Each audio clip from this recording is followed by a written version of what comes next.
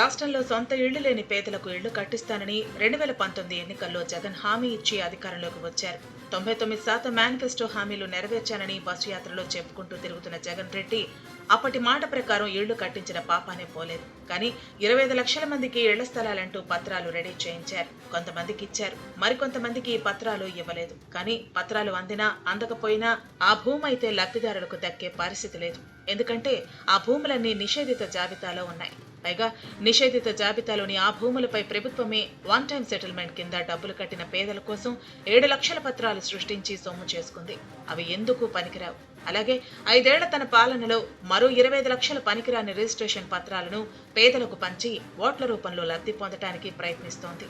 ఇదే పని బయట ఎవరైనా చేస్తే క్రిమినల్ కేసులు పెట్టి పోలీసులు అరెస్ట్ చేస్తారు.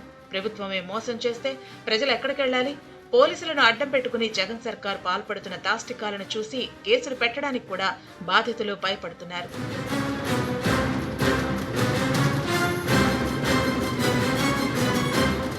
ఓటీఎస్ కింద ఫీజులు కట్టిన పేదలను, ఇళ్లకు ఆశపడి ఓట్లేసిన పేదలను జగన్ ఒకేలా మోసం చేశారు. పేదలందరికీ ఇళ్ల స్థలాలంటూ ఆర్భాటం చేసిన ప్రభుత్వం తానే రిజిస్ట్రేషన్లు చేయిస్తానని నమ్మించింది.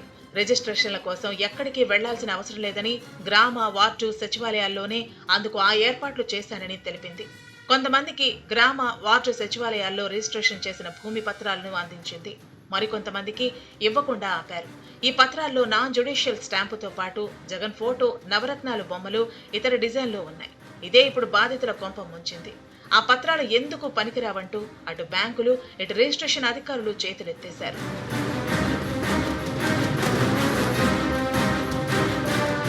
గత ప్రభుత్వాలు పేదలకు ఇచ్చిన ఇళ్లకు డాక్యుమెంట్లు ఇస్తామంటూ జగన్ ప్రభుత్వం వన్ టైం సెటిల్మెంట్ విధానం తెచ్చింది. ఈ విధానం కింద గ్రామాల్లో ఒక్కో ఇంటికి 10,000, మున్సిపాలిటీల్లో ఒక్కో ఇంటికి 15,000 వసూలు చేశారు. ఖజానాకు ఆ రూపంలో 350 కోట్లు వచ్చాయి.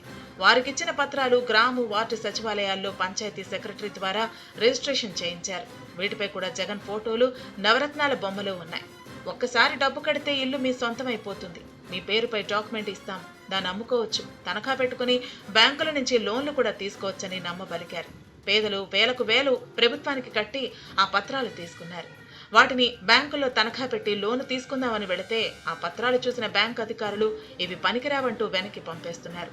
నాన్ జ్యుడిషియల్ స్టాంపు పేపర్లపై ఎవరి ఫోటోలు కానీ, బొమ్మలు కానీ, డిజైన్లు కానీ, స్టాంపులు కానీ ఉండకూడదని, ఉంటే ఆ పత్రాలు చెల్లవని స్పష్టం చేస్తున్నారు. పైగా పంచాయతీ సెక్రటరీ అంటే గ్రూప్ 4 అధికారి. రిజిస్ట్రేషన్ల చట్టం ప్రకారం సబ్ రిజిస్టర్ గ్రూప్ 2 అధికారి లేదా ఆ శాఖలో పనిచేస్తూ ప్రమోషన్ పై సబ్ రిజిస్టర్ అయిన అధికారి సంతకం పెడితేనే రిజిస్ట్రేషన్ చట్టబద్ధం అవుతుంది.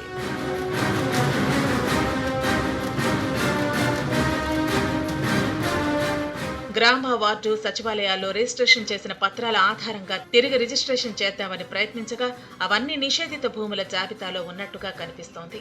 నిషేధిత భూముల జాబితా అంటే ప్రభుత్వ భూములు. ప్రభుత్వ భూములను ఎవ్వరికీ రిజిస్ట్రేషన్ చేయలేరు. చేయాలంటే వాటిని ఆ జాబితా నుంచి తొలగించాలి.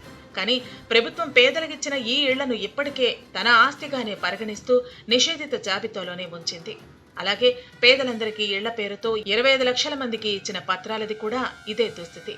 అవన్నీ నిషేధిత జాబితాలోనే ఉన్నాయి. అవి వైసీపీ నాయకులవే. తక్కువ విలువ గల భూములను ప్రభుత్వానికి ఎక్కువ ధరకు అమ్మేసిన సంగతి తెలిసిందే. ఇటీవల ఇలా ప్రభుత్వానికి భూములమ్మిన వైసీపీ నాయకులకు రాజీవ్ స్వగృహ ద్వారా బ్యాంకు నుంచి అప్పులు తెచ్చి మరీ బిల్లులు చెల్లించారు. కానీ పేదలకు మాత్రం పైసా మేలు జరగలేదు.